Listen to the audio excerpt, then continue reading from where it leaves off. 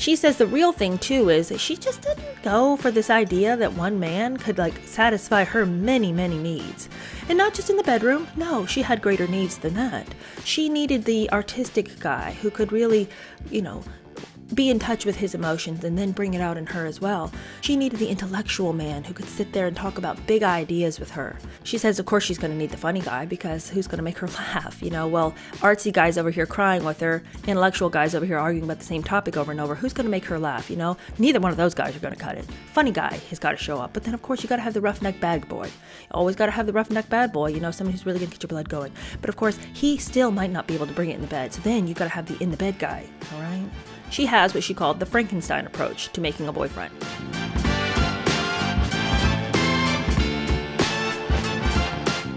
Hello, how are you? Welcome to my channel. My name is Cheer Denise, and today we're reading another chapter of Worthy. Now, we are on chapter 8, and it's called Living the Dream. She says that sort of sarcastically because nothing in this chapter sounds like she's living the dream. Now, she's living what she thought was going to be the dream, but she's very, very honest about the fact that even though she had everything, she's finally had this come up. She'd been on that Be More Street trying to drum up something for herself those many years, and nothing was coming of it. But now she's in Hollywood. Her rise to stardom is escalating very quickly, and she really hasn't had many years being down and out in Hollywood. But even for all the success that she feels like she's having, and she is having, it doesn't feel like she thought it was going to feel. But she also feels like she can't say that out loud to anybody because anybody looking on is super envious of her. All of her family back in Baltimore is like, wow, you really have an amazing life. And she does on paper, but it's not the way she's experiencing it. So in this chapter, we talk a lot about her coping mechanisms and how she was, dabbling in a lot of drugs, a lot of drinking, tons of promiscuity, trying to dull the pain of disappointment. The enormous disappointment of getting everything you want and finding out you still go with you into prosperity. All of your hangups, all of your problems from before are still there. You just have a lot of extra cash in your pocket. So this was a much better chapter, I thought. And if you have felt for a while or if you're coming into this chapter for the first time, maybe this is the first video you've seen come up and you haven't watched the other ones. If you are like, I don't really know if I want to hear about Jada, she's probably just telling a bunch of lies. I feel like Jada's telling the truth. I just think Jada doesn't tell details when it comes to the truth. I feel like she is, we're getting a survey course of Jada's life in this chapter. And that's aggravating as a reader because you want the deeper details. You don't want her to skim over. So then me and that guy had a really bad time together and then that made me spiral into drug abuse or whatever. It's like, whoa, that you skipped over a lot right there. Like, how did that, wait, what? So she's telling you what really happened, but not telling you how it really happened. So that's a little bit frustrating, but let's see if we can't suss things out and piece things together. As always, if you would hit that like button, if you would subscribe if you're not subscribed, or check your subscription if you think you are subscribed, because half of you have been unsubscribed. Maybe not half, that's quite an overstatement, but a lot. And if you would send to a friend, and if you would hit the bell for notifications, I would be so grateful. Okay, Chapter 8, Living the Dream. She starts the chapter out by describing a night when she and her friend MC Lyte were hanging out. She says, "Are we going to the club or what?" was how I nudged my homegirl MC Lyte one Saturday night. The two of us had met when I was a presenter at an award ceremony for AXO, a New York-based foundation that provides awards to students in the arts and sciences. She was my female rap idol, and she better be glad I can't rap a lick because I would have tried to steal her whole steez. Spoken like a true sufferer of personality disorder. You walk up upon somebody that you like and you're like, what can I steal from this girl's personality to make mine better? Anyway, she says that Lyte was the first female rapper to release a full-length album in 1988, and by the early 90s was on her way to becoming an icon. But she was really down to earth, and she and Jada just clicked and were like besties. She said that Lyte became one of her close girlfriends, and Lyte would also witness her at her best and at her worst, and yet still love her all the same. And so one of the things that she really relied on Lyte for was the fact that Jada had a significant drug and alcohol addiction at this point. She could drink almost anybody under the table, but that meant she was drinking a lot, and she was also taking a lot. Now, Lyte partied differently than Jada did. Like, she knew when it was time to cut herself off, like when we've had a good time, but let's not go overboard. And she would she looked after Jada. Like, she kept an eye on Jada when Jada couldn't seem to keep an eye on herself. She says, in those days, I could seriously drink a lot of folks under the table and still be on my feet. It was the Pinkett in me. Lyte was often at my side on these occasions when I was straight wildin'. That's her word. WILD''. Although she partied hard in her own right, she always maintained the wherewithal to make sure that I didn't get into too much trouble. On one Saturday night, before we even went out, I'd already downed damn near half a bottle of red wine, her beverage of choice, smoked enough weed to almost pass out, and then taken a tab of X. Lyte looked at me in my Lennon James-esque attire, which was basically like eclectic streetwear, and responded to my slurred question by saying, yeah, let's go. It'll come as exactly no surprise to anybody who watches this channel. I was never really much of a partier. I was the person who would grab a book and go sit in the back bedroom while everybody else was, drunk off their ass. And I just can't even imagine how it is that you would welcome an evening out with somebody who was already drunk, high, and like about to pass out on so much weed. Like, to be like, okay, and now let's like get ready to go at the late hour that it is and go out to a club, and then I gotta babysit you. Oh man. I cannot. If somebody was like, okay, what is your version of hell? That. Babysitting somebody who is out of control already, it's late, and then we've got to get dressed up and go to the club. Oh my gosh. I just can't even think of terrible. She says that before they left, she took a shot of some kind of brown liquor. And she said that brown liquor in particular usually became the gateway to my more aggressive dark side. Although she says that night she also was mixing it with some mind-altering substances. And that really got her going. Now, she wants you to know that the LA club scene at that time was, in her words, whack. And she says that what she means by that is that it was boring. There was no good music, there was no good DJ. Sometimes a club might have some visiting DJ come in and really spice the place up, but generally it was terrible unless you were at a gay club. Then she said it was great times. We're going to revisit her and the gay clubs later. But for right now, you need to know that she was wilding out on that dance floor. She says that when they got to the club, she headed straight for the dance floor to cut loose and do her thing, bumping into whoever on the way, which led into a huge screaming, cursing fight multiple times out on the dance floor, because people would be annoyed. Like, what, you're kind of like cutting in on my space here. Could you not be so, out there with the dancing? And then she'd get angry and she'd be screaming, F you, if you don't like it, then get the F out of here and all this, just real unfortunate behavior. And so she said that brown liquor had made me mean and obnoxious, and I liked it. Lyte knew when to pull my coattails, though. She was right at my side, leaning into my ear. Okay, little lady, it's time to go. I'm not ready to go. I bet, she chuckled, and politely grabbed me by the arm like we were about to square dance, and we do-si-doed out that spot.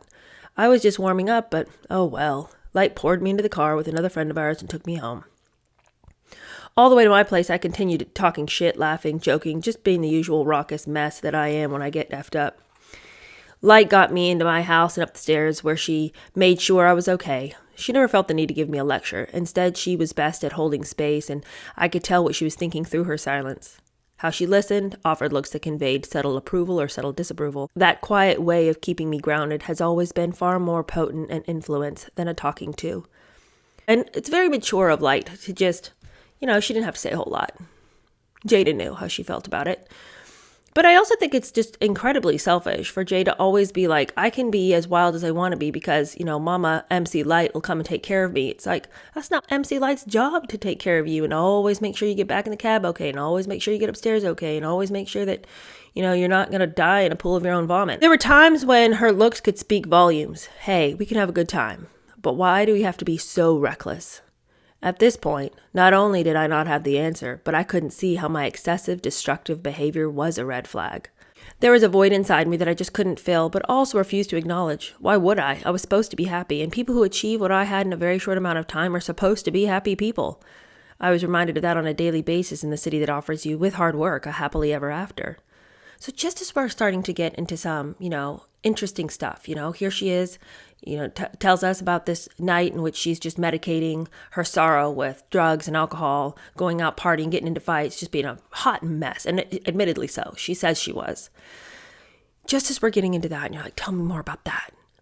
We veer off into Boringville, where she wants to talk about, her time on a different world. So she goes on for some time, letting us know about what it was to be a reoccurring cast member on a different world. She says that it did afford her more money, obviously. Now she had a very, very good steady paycheck, and now she could move out of the place on Comey Avenue. She said that she had her goddaughter and her goddaughter's mother living with her at the time, and they almost got carjacked. So it was like, okay, we got to get out of this place. So they moved to a townhome in the hills of Studio City, where she could walk over to her job at Universal Studios. It was less than 10 minutes away, and that's where they filmed her show. She said that she was only 19, but she was making ridiculous money.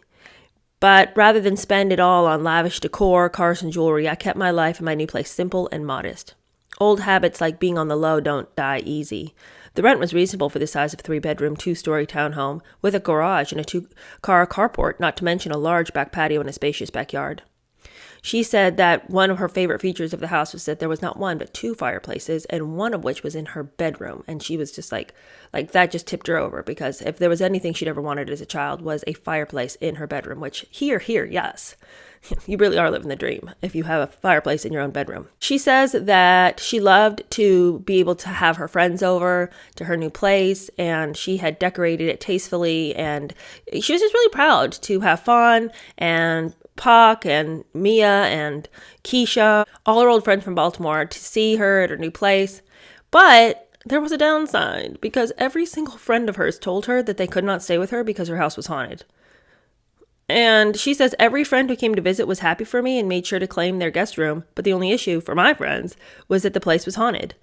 Somebody sat on my bed last night while I was sleeping, but no one was there, said one friend. Or, I heard knocking on the bathroom door when I was there, and when I said, who is it? Nobody responded. Well, that could just be a joke. And multiple friends all said, I can't stay here. There's something funky's going on here. And they would go to a hotel rather than stay at her house. She said my invisible housemates didn't bother me, but they did their best to make overnight guests feel quite uncomfortable.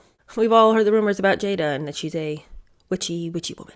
And so perhaps she wasn't bothered by these hauntings. Regardless, she said that it just felt so good to be able to pay her bills, never have to worry about what tomorrow would bring financially. Of course that felt good, And so for a while, she was able to ride that high. It was also really exciting, she says, to see other Black friends coming up in the world right alongside her. One of the things that she felt as she looked around at her own come up and that of fellow African Americans right alongside her was that she needed to give back to the Black community, because as she found herself doing better, she wanted to make sure that it wasn't like an anomaly, that she was bringing others up with her. And so she tried to align herself with other activists and things like that who were interested in continuing to help other generations of Black kids to find the same prosperity that she was currently experiencing. She says that she names several different individuals that she became involved with. One person she mentions goes by the name Cree Summer, or Freddie. And this person was a big influence in her understanding of feminism relevant to Black women in a movement portrayed largely through white female lenses. Oh, lenses. A Meghan Markle word. Highly intelligent with a razor-sharp wit, Cree put me into books and social justice movements around LA. She also introduced me to a vegetarian lifestyle, something I embraced enough to give up my fast food habits. Then she says that along with Cree was an author-activist by the name of Bell Hooks.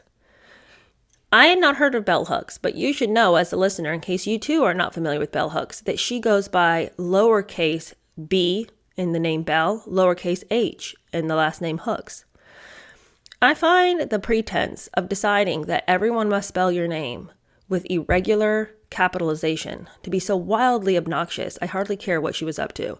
But that aside, Jada says that Bell Hooks became a friend and mentor in her early years, expanding her understanding of racial and gender politics in America, especially in Hollywood.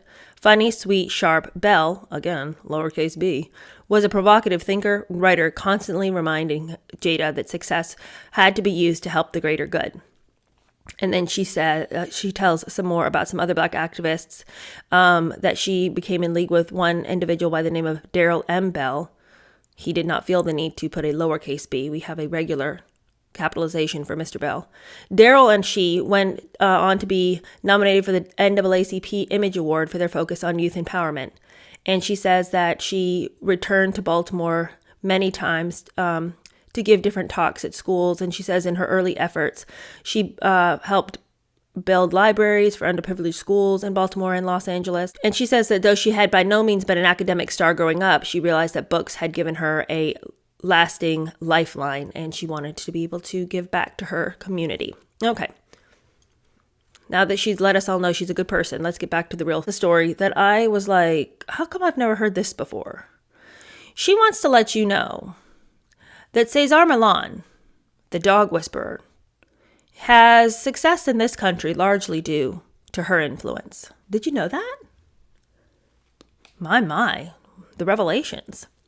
She says that she met him because, here we go with Jada just skipping well over what would have been a juicy story, that she had a couple of Rottweilers and a whole mess of puppies that she had suddenly found herself the owner of when she'd inherited these dogs trying to help out a friend who was in a tight squeeze. Now, how is it that you could find yourself the sudden owner of 2 adult Rottweilers and a whole mess of puppies because a friend was in a tight squeeze? Did the friend go to prison? Why was the friend in such a tight squeeze that he had to give you his dogs and all their puppies? And you live in a little townhouse. Now the house is crawling with huge dogs. What? All right. So again, we get no details on that story, but now she's just got animals everywhere and she's got to get some guidance here. So she said a friend sent her this uniquely gifted dog whisperer for guidance and how to care for the dogs. Cesar, only a couple of years older than I was, had a center in East LA where he could use his gifts to train and rehabilitate canines. He hardly spoke English, and his commands for the Rotts were in German. I had to navigate his broken English and learn German commands in order to work with my dogs. She said whenever my dog said I would go to see him at his facility, folks would tell me to stay away from the predominantly Hispanic area because of the violent conflicts between blacks and Mexicans. Coming from the East, I didn't have this experience, and the LA street politics weren't going to dissuade me.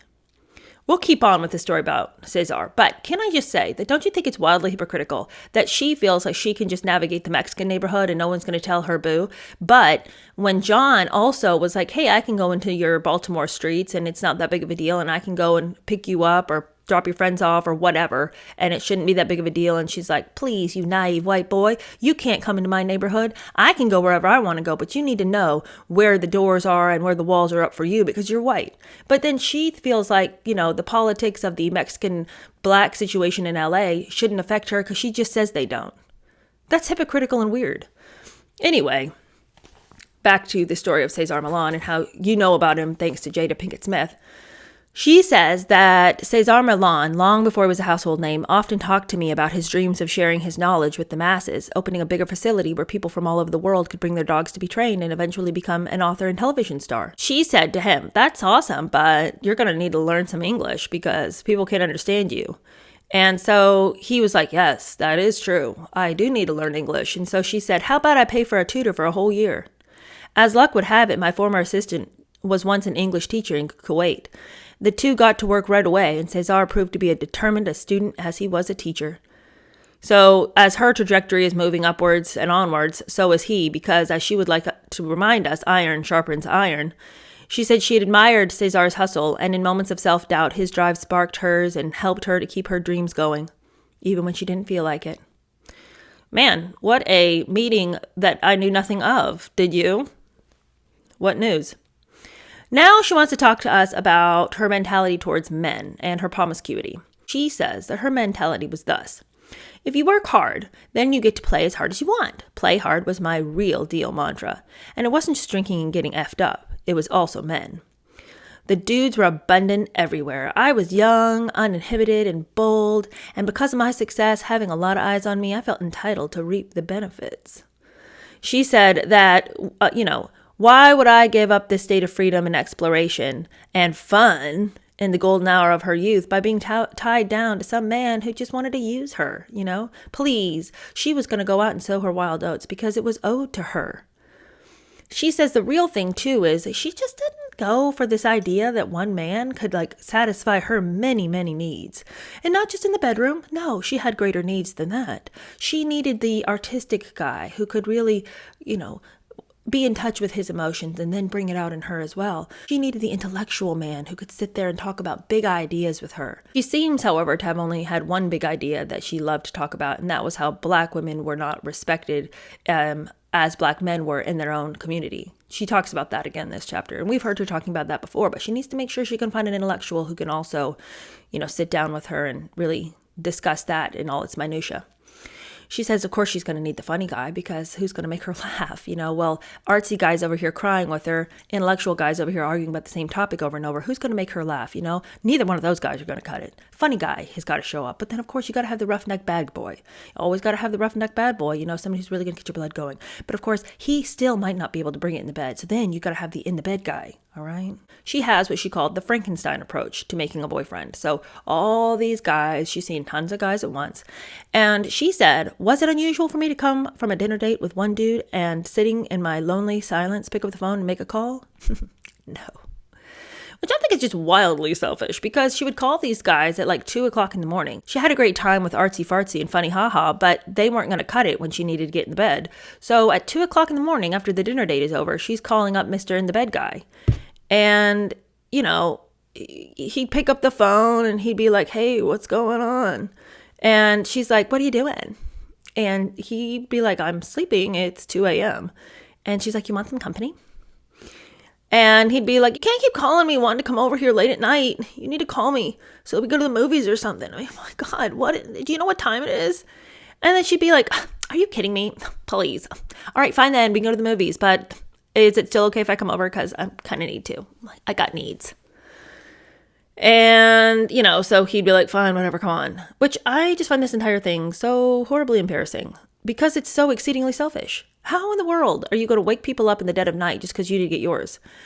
And what I really can't tell from a lot of these stories, I just can't decide if she is exposing herself without explanations or qualifiers because she already recognizes that this low down behavior isn't something you're proud of and she doesn't need to say that she's not proud of that behavior, or if she's telling us this story because she is sort of perversely proud of herself for not needing anybody's permission to wake anybody out of the bed in the middle of the night because she wants sex. I just can't tell with her.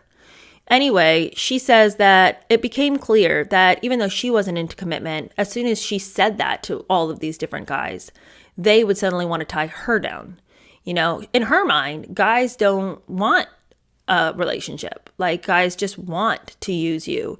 And she was kind of in the mode of, yeah, well, I'm going to use you too. So let's just use each other and have a good time. That's how she saw it. But then she began to see another side of men where actually that's kind of a myth that guys don't want an emotional connection with you and that they, are just fine with you just showing up, sleeping with them and then just, hitting the highway again. And this was a revelation to her because up until then, she just thought that all men were just kind of users and players. But what she came to realize was that the players were the most in need of connection and were simply terrified of surrendering to emotional intimacy. Just like me, says Jada. But she says that sex for her was a distraction from having to look at her genuine need to be held, have connection, and to feel loved. She said it fed the appetite of the little girl who hadn't had enough parental affection and attention. That dance became addictive.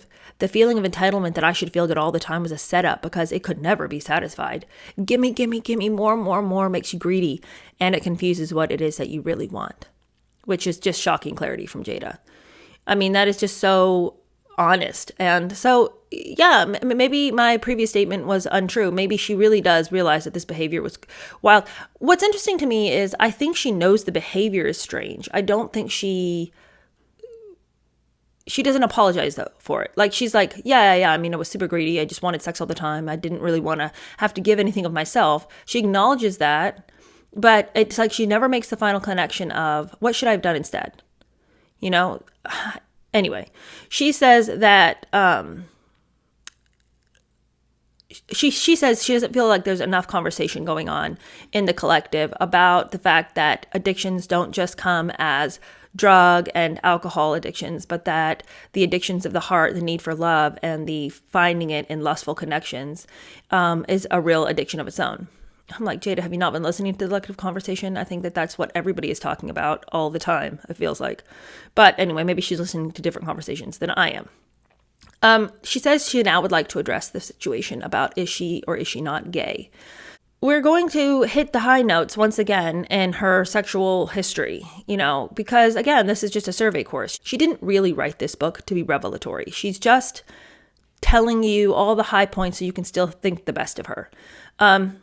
And so this is another situation where she wants to talk about, now there's always been rumors that I'm gay and that I like women, and she just brushes right past it. I mean, yeah, I had hookups with women in the 90s, The truth is, during those days of exploration in Hollywood, I had a few sexual experiences with women, only to realize that when it comes to sex, I love men, but she hung out at gay clubs all the time. She says, because that's where the good music was. She enjoyed the karaoke nights at the gay clubs. So, she just wants you to know that, well, she's dibble-dabbled in it. She really likes men. And also she wants to just put one final nail in that. Her belief is that women are the most amazing creatures on the planet, but she holds reverence for women only in friendship, you guys, not sexual.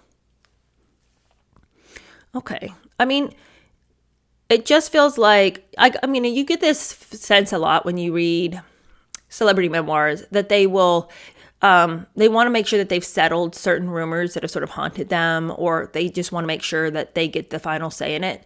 And so they will just randomly tell you about a situation and you're like, we were just talking about sexual addiction and the difficulties. And then she just shoots in this sort of sterile passage that doesn't have anything to do with deep emotion or anything. It's just oh yeah, I was talking about sex. I guess I should cover the part where I, was with women for a while, but not anymore though. It's just all right, we were just talking about deeper things, and then it's just oh, don't forget to cover, this would be a good part to cover that part of my past. Anyway, whatever. Nobody said this was a great book or well written, so, I can't keep making that point. She says, what this season of my life taught me is that every woman should have the right and the freedom to explore and embrace her sexuality unapologetically by her own definition. Sadly, many haven't. She says, did you know that there's some women out there who have never... That's true, she says. There are, because they didn't explore themselves. Okay. I mean, do we really? Why, Jada? Why are we veering off into this weirdness? She says that this phrase of let's just have fun with men is ultimately short-lived.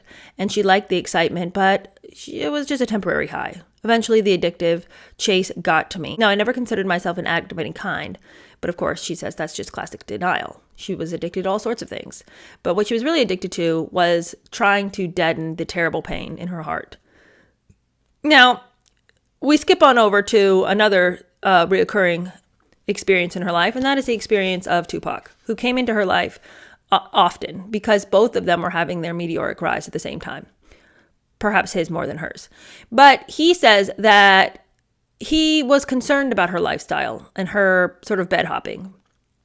But, both of them were very much entangled in each other's love lives. Not necessarily with each other, but both of them were all the day long sort of sounding off on what they thought the other one was doing or wasn't doing or should be doing when it came to relationships. She said that whenever Pac got into some mess, which was often, she would get a call from his mother or his brother or even him. And Pac was always ready to come over to her and check on her, especially if he'd heard that she was dealing with some fool, which was often. Then we have a snippet of a conversation that I cannot read to you because he uses the N-word and the F-word so many times that there's no way for me to edit this to any understanding that you would understand from your vantage point.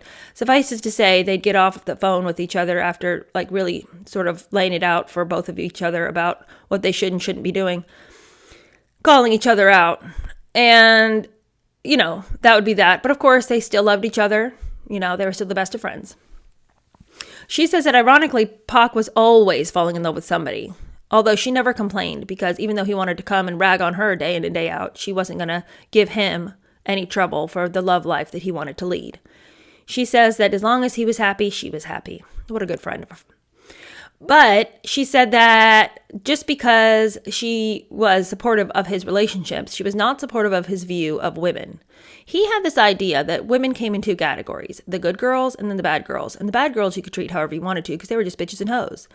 She did not appreciate this language, and she called it out multiple times with him. And he's like, that's just how it is.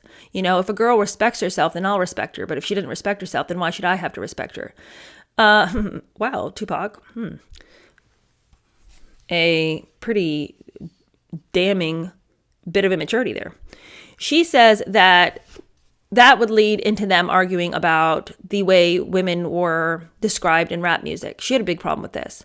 And she felt like it was just very derogatory about Black women. And she's like, how is it that you can talk to me about the terrible fight that we've had to be, as a people group, to be respected, and then you and your music is just trotting on the throats of all the women in all of your videos and all of your music? It's all just so derogatory. If we're trying to rise up, then that means we all collectively get to rise up, not just you men, and then you get to still subjugate us women. Hear, hear, Jada. Hear, hear. She says that she told him that she thought his, good girl, bad girl, angels versus the bitches and hoes generalizing was disrespectful to women. And she said it was dangerous. She says that she told him, that's why I can't understand how Black men can't see that they are oppressing and demonizing Black women in the same way that they've been oppressed and demonized by racist white people. Y'all act like we're not part of the same struggle that you are. It's stupid. And Tupac would say, well, then be mad at the white man for my condition. Be mad at that because they stole my... And she says they would go on and on and on. What kind of a sorry comeback is that when she's like, hey, treat women with respect? And he's like, be mad at the white man. The white man's got nothing to do with this particular conversation. What kind of a comeback is that? That is the most pathetic comeback I've ever heard. Anyway, she goes on to say that it had been something that had bothered her for a long time about rap music, was just the way women are just so degraded in the music. And she said that after many arguments, she had the epiphany that Pac and I were actually arguing about the right to feel loved. She said that even though it seemed surface level that they were talking about rap music, the true conversation was that they were arguing about the fact that Black men deserve love, and not just because they're famous and have money. And she was arguing that Black women deserve love even if they don't live up to the idealized vision imposed on them. But both of them just really struggled to come to the conclusion that the other one was desperately wanting the other to come to. She said that misogyny and objectifying women in rap were complicating what we all truly desired, and that is just to be respected and loved and to feel worthy. This was a point she said she tried to make when BET invited her to be part of a group on-air talk about current events and Black representation in the media. She said on the panel was Eazy-E of NWA, and she said that she was really excited to get to sit there with him. She said that she had loved, she says, mind you, I love me some NWA, but how they refer to women in their music, I found offensive. So she says that in the conversation, she tried to question him about why he felt like that was just an acceptable way to discuss women in his music. And she said, she doesn't necessarily have any real hard-hitting quotes. She quotes herself from that interview, and she kept trying to sort of get him to take the bait of the conversation, which he sort of just really didn't. She said that she told him, I've just met you today, but I would have thought that he was a woman hater because of the music that he writes. And she says that she wanted him to make a change starting within his community to uplift women by making music that didn't seem so demoralizing. And she said that she told him, Eric, you have the power to do that, But she said nobody jumped in to defend her position, and he sort of just sat there unimpressed with what she was saying. She said that he sort of just coolly shifted in his seat and then, kind of offered up the lame response of, well, I do nice things. And she just was not impressed by any of that. She said that listening to his music, she wanted to be able to feel good too. Like, you write this music and Black men might feel good about the music, but like me as a woman, as your sister in this community, seems to me like you would make music that I could like too, that I could feel good about myself too. And he really didn't care about that. Although after the show, he comes over and she says, Eric approached me to say that he did a lot for his community, adding that he was putting on a carnival for kids in need. And did she want to make an appearance? What kind of olive branch is this? Anyway, she did go to the carnival. She said it was pretty good. But she said that even though the initial conversation wasn't what she'd hoped it would be, they did keep a dialogue going together, and they were trying to make changes in the community. But she says his real passion for making the community better didn't really have anything to do with rectifying a rift between men and women, but he found his passion and focus in educating young people about business and entrepreneurship. He taught me a lot about the importance of ownership of one's artistic property. That was the change he was mostly interested in. Artists owning their art, no matter what it was. We switch over to how life was whenever she'd go back to Baltimore. But I do have to say real quick, I think somebody should have told Jada what that saying "we're not in Kansas anymore" is, because she opens this section up with this statement. She says, there's a saying, "We ain't in Kansas no mo." That's what she says. "We ain't in Kansas no mo," or something like that. I knew this to be true whenever I went home to Baltimore, aka Kansas, to visit. I felt like a stranger in a place that was once so familiar. I don't think that's what that saying means. I don't think that saying means you go home and it's not familiar. I think it means you are in an unfamiliar place, remembering what home was like, but maybe that's just me. Anyway, she says, understandably, it was very difficult for people to fathom the reality I was living. They assumed, as I once had, that with fame and fortune, all ills are cured. Shocker. I had changed, but my ills had not. She said that when you don't know that life is going to be the same no matter how much money you have in your pocket, it becomes a constant storm of having to prove yourself. Because you tell yourself, if I just get a little bit more success and learn how to do it right, then I can ... All those things.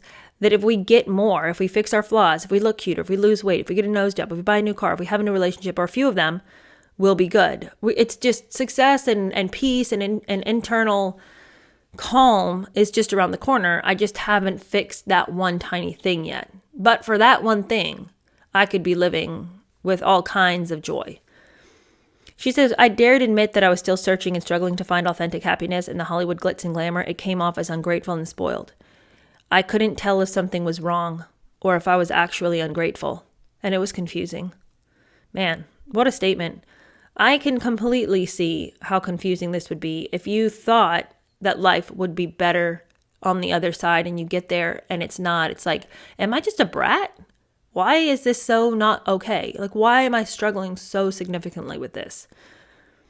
She says that at home, I looked forward to not having to be on and just being Jada. But she says the thing is that a lot of her loved ones and friends and family were really excited about being adjacent to Hollywood and wanted to sort of let other people in on that bubble of fame that had just waltzed back into Baltimore. And so even though she wanted to go and have Baltimore be home and be all that it used to be, like this quiet retreat where she didn't have to be anybody and she didn't have to act any way, that isn't exactly what she came home to, because everybody in the family wanted to celebrate her, and she's really not unkind in her description of it, but they wouldn't let it just be a quiet retreat. She says, on one return to Baltimore, I went to see my grandmother, Shirley, and was surprised that she had planned an autograph gathering without telling me ahead of time. When I arrived, the first thing I saw was people on the porch outside, and then inside, people in the living room and the kitchen waiting to meet me. Really, what I had been looking forward to was sitting down in her kitchen and playing a game of Boggle like I did as a kid. This was no fault of Shirley's. She was proud and excited to get everyone a chance to see me. Though I begrudgingly went along, took the pictures and signed the autographs, I wasn't happy about it. Once everyone started to leave, Shirley asked, "What's wrong with you?" "I wasn't expecting all these people here," I answered, hoping that would be the end of it. How do you come home to your grandmother's house and explain you don't want to be celebrated by her and her friends when that's all she wants to do? Even to me, that sounded ridiculous, but it's how I felt. My explanation didn't go over well. And then she skips right over the part of the story you want to hear, which is, oh, well, then what did your grandmother say? You know, I suppose we can imagine what Shirley would have said. Shirley probably went off half-cocked.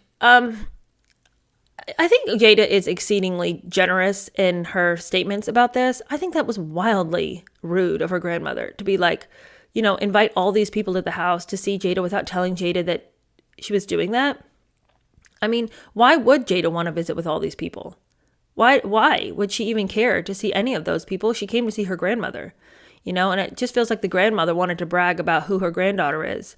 And, you know, why does Jada want to spend all this time taking pictures and autographing things? She does that, you know, wherever else she goes. Home should be a safe place.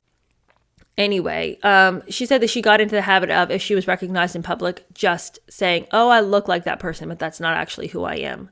She said one time she was out shopping with Chet, remember? Kingpin Jet. And somebody came up to them and said, you look just like that girl from a different world. It's you, isn't it? And she's like, no, people tell me that all the time, but no, I'm not. Thanks anyway. And send them on their way. And Chet's like, what are you doing? And, she's like, I'm just here with you. I just want to hang out with you. I don't want it to be a thing. Anyway, after telling us about how disillusioning it was to return to Baltimore after becoming famous, she goes back to talking about she and Pac in LA. She says in the fall of 1991, she turned 20. She said birthday celebrations had always been important, and Pac was there to celebrate this occasion with me. His career was on fire. He had just released his own solo album called Tupacalypse Now, and he'd also starred in his first movie called Juice. And there was just a lot of Hollywood attention for his performance. She says Pac was flying high even with his success. He was feeling the void that I was. Luckily, we could confide in each other. She says Pac had a lot of responsibility and took care of a lot of people while trying to figure out how to take care of himself. He also had to deal with the pressures of street politics, of the hip-hop game, and simply being a young black man in America who had no notoriety. This placed a different kind of target on his back that he hadn't seen coming. I just want to take a minute to say I really don't understand the politics of the hip-hop game in the 90s. I'm like, can anybody recommend like a documentary or something about this? Because I fail to understand how all of that became such an outrageous hell. Like, what was the issue? It seems like such a fabricated cause of offense on every side. And admittedly, I don't know a lot about it. I don't understand how it became life and death. So if anybody would like to point me in the direction of how I can better educate myself on the subject, I would highly appreciate it, because I've never understood how that became an issue where people are literally being shot. And I'm like, but is this about music? Is it about drugs? Is it about money? Like, what is it about? Anyway, she says that we're not ready to talk about how Tupac has died. So I didn't mean to get ahead of myself, but I would like to preempt those chapters with a little education. Anyway, she says, in the past, when I was in some money and Pac wasn't, I'd be the one looking out. And when he was in some cash and I wasn't, he was looking out. Like when I was in college. And now we're on parallel tracks. It was surreal, almost unimaginable, that we could be on this type of come up at the same time.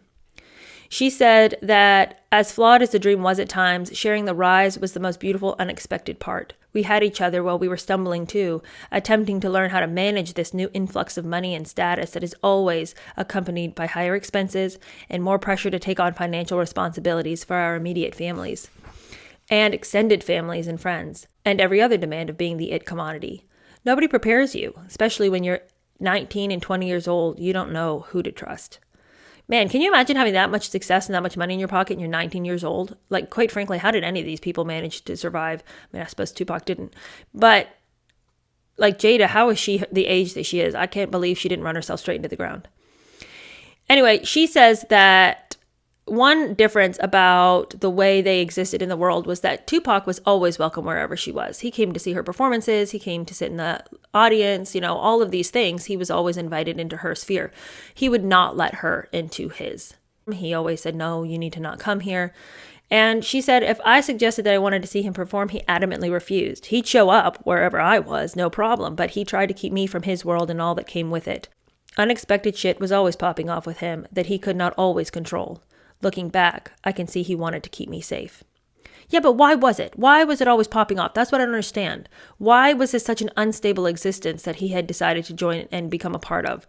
What was happening that this made up fantasy world had suddenly real world repercussions? You're singing about all this stuff, but like, what is really happening in the world that you feel that you then need to act out on all the things that you're singing about? Don't get it. She says, though, that because they were both having their come up at the same time, they were always looking for opportunities to collaborate together.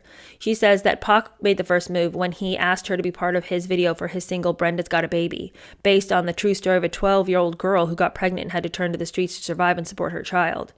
She says that in turn, she asked him to be on an episode of A Different World. She said that in that episode, her character has a homeboy from Baltimore come to visit, and she knew that, of course, Pac was the only person who could play the visiting homeboy from Baltimore to her, dorm room at Hillman. She said the in-studio live audience for A Different World was always boisterous laughing and hollering, which added a lot of energy to the show. But when Pac made his entrance, his charisma off the charts, everyone was out of their seats, roaring. She said that this, they loved the ability to work together, but this all paled in comparison when he called her and said, hey, I really want you to do this new movie with me. It's called Menace to Society. He just couldn't say enough good things about this project. He was really excited about the opportunity. He said that there were these young directors, the Hughes brothers, who were really talented, and he was convinced that this was going to be a really strong film and that it was going to be a lot rawer than Boys in the Hood, which is something that she had auditioned for before, but had been told she was kind of too rough around the edges for the part. She said that she just didn't feel like this was a good move to be trying to get into movies at this point because she didn't think she'd be able to do it. First of all, she was tied down with A Different World. And then second of all, like at that time, nobody was just jumping from the TV into movies. It was not a leap she thought she could make. Anyway, he said, this could be your first Hollywood film and you'd get to star next to me. I mean, isn't this something you at least want to give a go at? Just try it. Just see if just audition for it. We'll worry about all the other stuff later. Like, I've already told them I want you for the part. I've already told them there's nobody else that they can think of. I need you next to me in this. So she's like, all right, I'll go talk to Debbie Allen about it, see if Debbie can't pull some strings and, let me, out of my agreement with A Different World enough so that I can be participating in this movie. She said, once the offer came in, I went to see Debbie Allen to tell her about the movie. She was so happy for me that she channeled her magic, and she went and convinced the network and the producers to allow me to do the movie while shooting the last season of A Different World. So she'd gotten over the biggest hurdle. She had, they'd given her the offer. She had the part. Debbie Allen had made it okay. So she's like stoked. Like she and Tupac are going to make this huge movie together. Like they're truly living the dream. But then, as she was upstairs in her bedroom one evening, shortly after the deal was done, Pac called her, and he'd gotten into an altercation with the Hughes brothers, and now the deal was off. What in the world? Like, what in the world? How do you get into an altercation with them? Like, how do you argue with them to the point that, everybody has got all their ducks in a row and everyone's put their eggs in this basket, and then you're like, you just tump it over because you're like, well, I had a fight with them. I sat on the edge of my bed in disbelief. What the hell, Pac? What happened? Quietly, I listened as he proceeded to explain his side of the story, how he'd gotten into a fight with the directors and had gotten fired from the film. To this day, I still don't understand what it was about. How could you not know what this was? Like, that's what I'm saying. Like, Jada, what is up with this? Like, quit telling me you don't know what happened. Like, I think you do know. Could you just be like, I don't know exactly what happened, but this is what he told me. Because this is wild to me. Anyway, she says that if he wasn't going to do it, she wasn't going to do it, and that's that. But he wouldn't hear of it. He's like, no, you got to do it. You're the only person for it. This is going to be a great opportunity for you. He pushes her and pushes her and pushes her. And she's just pissed as all get out about it. It's like, well, why would I want to, though? I never wanted to do this movie in the first place. I only did it because I thought you were going to do it with me. And now suddenly you're not there, and you're not there because you got into a big fight. Like, am I even welcome anymore? Like, why am I even here? I mean, it was a big fight. And she says that he just cut her off and said, do the movie square. I'll check you later. And he hung up the phone in my ear. Immobile, I continued to sit there on the edge of my bed, staring at the telephone as if it were to blame.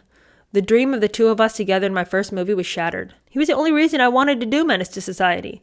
I didn't even bother to call him back. He was lucky because I couldn't call Debbie Allen and say, I'm sorry after all you did to fight for me. I don't want to be on this movie now. So she just lay back on the bed, looked up at the canopy and thought, what the fuck is this? And I would have been outraged. But she says in the end, she does have to give Pac props because he did have foresight. Menace to Society did turn out to be both a critical and commercial success. So that was, even though it was terrible in the sense that he sort of left her hanging, it turned out to be a good thing for her career. She said that the Menace to Society helped to launch my movie career in a serious, rapid-fire way and even led to the Cannes Film Festival, one of the most prestigious film festivals in the world. She said the voyage to the French Riviera in the south of France was a rite of passage, except that, according to her, nobody had bothered to prep her about walking the red carpet and really what to wear before the screening of the film. She said nobody talked to her about a stylist, nobody helped her pick out an outfit, nobody told her how she should dress for international press. And so she said that as a result, she looked like ridiculous Bozo the Clown in pants and a long orange top with yellow and orange circles, sort of like polka dots, that she thought at the time had looked artsy, but looking back, she looked foolish.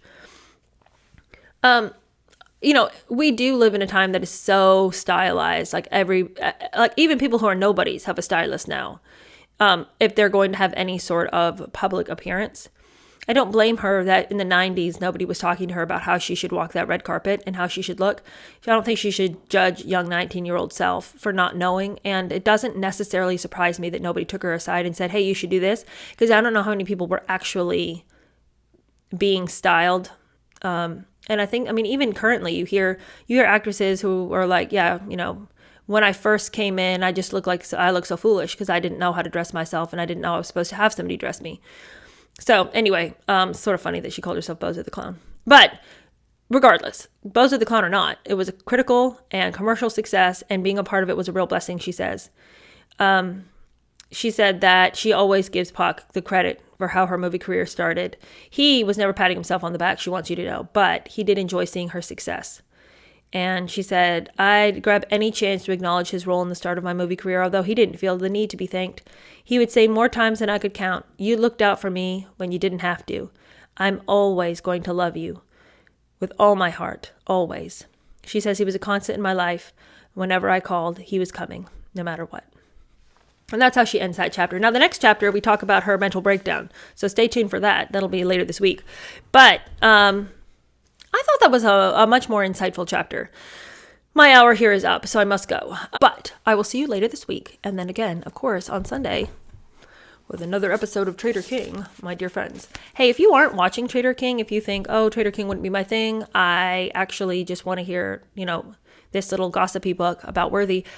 Friends, we are really enjoying it over when we talk about this book. So even though this is more of a historical account of these two losers, the original Harry and Meghan, if ever there was an original Harry and Meghan in the royal family, don't cut yourself off. Really, seriously, give it a consider, because it's, of the two books, that's definitely the better one. Meaty stuff, like shocking revelations. And you can read any of the comments. Nobody's coming to this book and being like, I knew all that.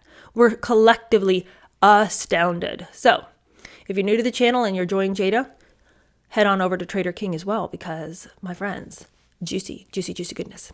All right. See you later. Bye.